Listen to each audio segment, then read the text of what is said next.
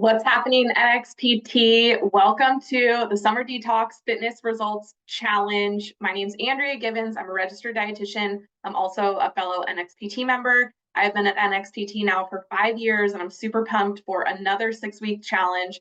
I've had a really busy summer. A lot has happened, a lot has been going on, and so I am really excited to be going through this 6-week challenge with all of you, working on building, maintaining my muscle mass, and getting back into some better habits.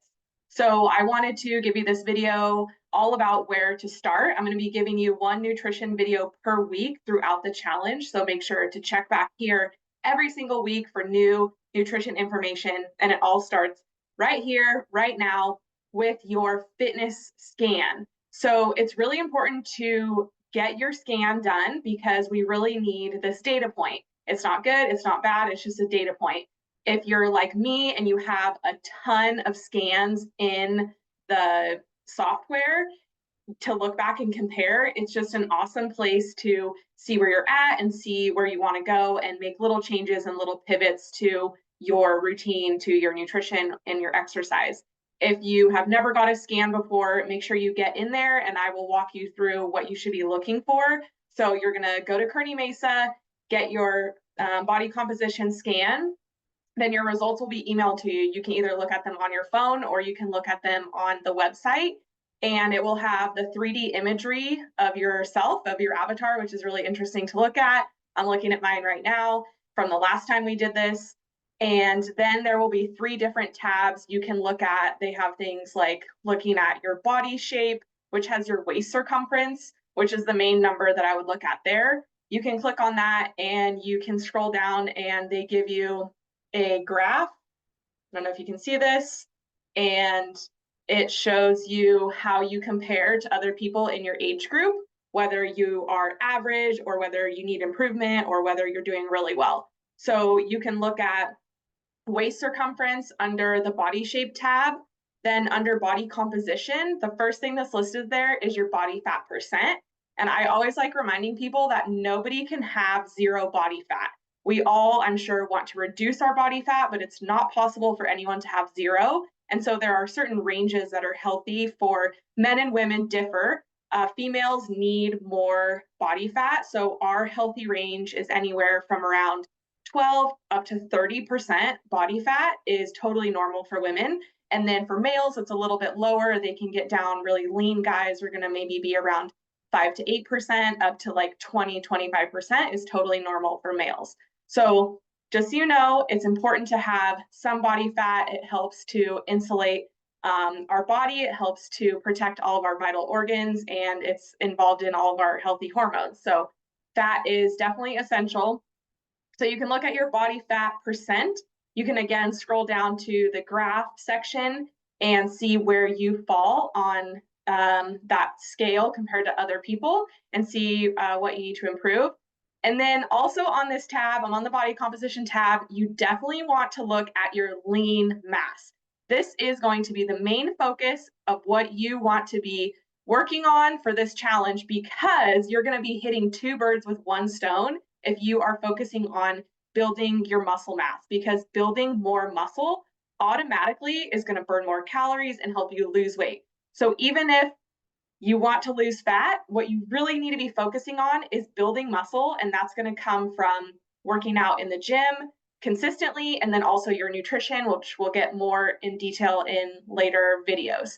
So look at your lean mass, and you are going to compare that at the end of the 6 weeks, and hopefully that is either maintained or preferably gone up a little bit, and your body fat gone down. But focus on muscle, and the fat will just fall off as well.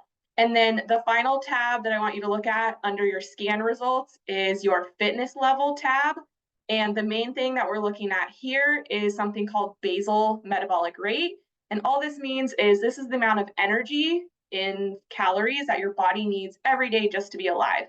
So we all need energy just to have basic function, like for our heart to pump blood, our lungs to exchange oxygen, our nerves to fire. Everything in our body requires calories, requires energy just to be here. And so that is the minimum amount of calories that your body requires. It's based on your body weight, your age, a couple other factors. And so the more muscle you have, the higher your basal metabolic rate is, which means the more muscle you have, the more calories you burn at rest, which is awesome. So your basal metabolic rate is going to be on that final tab. And then in terms of your nutrition and how many calories you should be eating in a day, the basal metabolic rate is a bare minimum, and you're going to need significantly more calories than that. You never want to eat less than your basal metabolic rate calories, because your body is going to go into starvation mode. It's going to throw off your metabolism, and you might even see fat gain instead of weight loss. So not sustainable, not maintainable.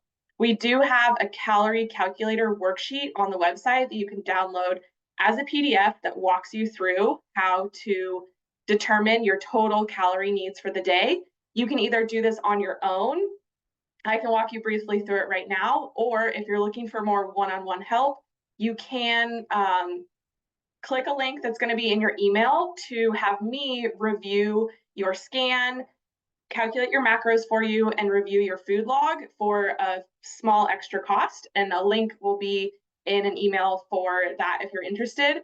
At basal metabolic rate, you are going to definitely need to eat more calories than that. The calorie calculator worksheet has you looking at an estimate of how many calories you're burning from your workouts, which is probably anywhere from 250 to maybe 500 calories per NXPT workout. That's right, we work hard. And then you also need calories just for daily activities. So that could be anywhere from 40 to 50% of your basal metabolic rate. So I'll use myself as an example. My basal metabolic rate is 1431. So I'm going to take half of that, which is roughly 700 calories, and add that to my basal metabolic rate. That's going to give me basically 2150 calories. And then I would add, I went to spin and boot camp this morning, so I burned around 700 calories. I'm going to also add that. So my total calories for the day to match how many calories I'm burning is roughly 2,800 calories. So that's how much food I should be eating to maintain my weight. Once you go through this calculation and you're somebody that wants to lose body weight, what you're going to do is you're just going to take 20% off of that. So I'm going to take 2,800, multiply it by 20%. That's roughly 600 calories. So 2,800 minus 600 puts me down at 2,200. So if I want to lose weight during this challenge, then I'm going to drop my calories only by 20%. And we'll again talk about more nutrition and macros in later videos, but definitely you are going to want to up your protein intake if you are looking to lose weight during this challenge. While you're reducing your total overall calories, protein needs to stay high. So what I want you guys to focus on for this first week is looking at your schedule and looking at your life and seeing what is manageable. I know we all have outcome goals like build muscle, lose body fat, but what's important to focus on is looking at your schedule and looking at small habit goals. So what are things that you can do that you can commit to for this week and hopefully carry on over the full 6 weeks? But those are going to be things like committing to going to the gym. Use the app to sign up for your classes ahead of time and add the app link to your calendar so it shows up on your calendar. So those classes are scheduled on your calendar and you can't miss them, right? So try to go to NXPT. I would recommend 3 to 5 days a week. If you can only go 2 or you can only go 3 days a week, that's fine. Maybe you can do double classes, or you can go in the morning and then again in the evening, so that you can get in just more hours and more time, more minutes per week of fitness. It doesn't necessarily have to be spread over, you don't have to go 5 or 6 days a week. You can if you want, but if you're crunched for days and times, try doing 2 classes back to back. I personally love doing spin and then boot camp, or you can go in the morning and then come back in the evening, whatever works for your schedule, but try to commit to 3 to 5 days a week, multiple classes, and make sure that you have your app linked to your calendar so it shows up on your calendar when you're looking at your schedule. I know a lot of life events that are going to be going on even in the fall with summer wrapping up. There's still a lot of things going on. I personally have a wedding to go to, another weekend camping trip.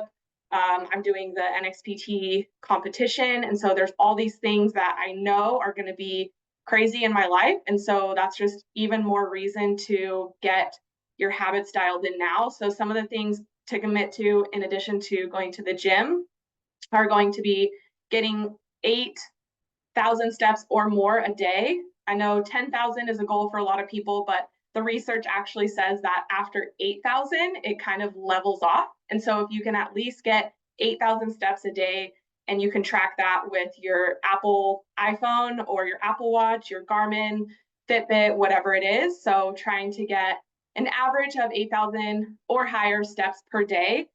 Also, hydration. So take your body weight in pounds, divide it by 2.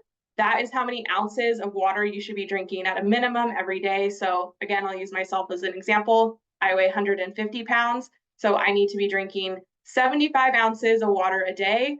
My water bottle is 25 ounces, so I need to drink at least 3 of those. So that's another habit goal that I am going to aim for. Sometimes I fall off with that.